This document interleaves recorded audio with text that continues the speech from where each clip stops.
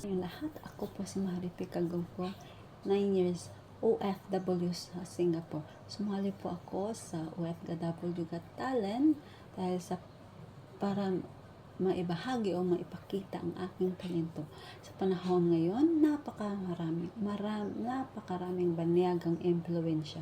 Mahalagang hindi natin kalimutan ang ating sariling kultura at isa sa pinakamabisang paraan upang ito'y mapanatili at maipagmalaki ay sa pamamagitan ng original Filipino music o OPM.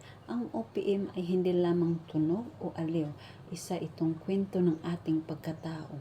May awit tungkol sa pag-ibig, pagsakripisyo, sa pamilya, sa bayan. Sa bawat himig na at lirikong naroon ang pusong Pilipino sa pamamagitan ng pagtangkilik sa OPM.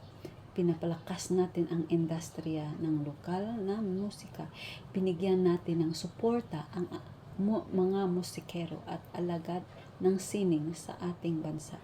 At pinapakita natin ang pagmamahal sa sariling atin, sa ating wikang kultura at identidad bilang Pilipino. Hinihikayat ko po kayong lahat na makinig, umawit at ibahagi ang OPM dahil sa pagmamahal sa sariling musika ay pagmamahal din sa sariling bayan.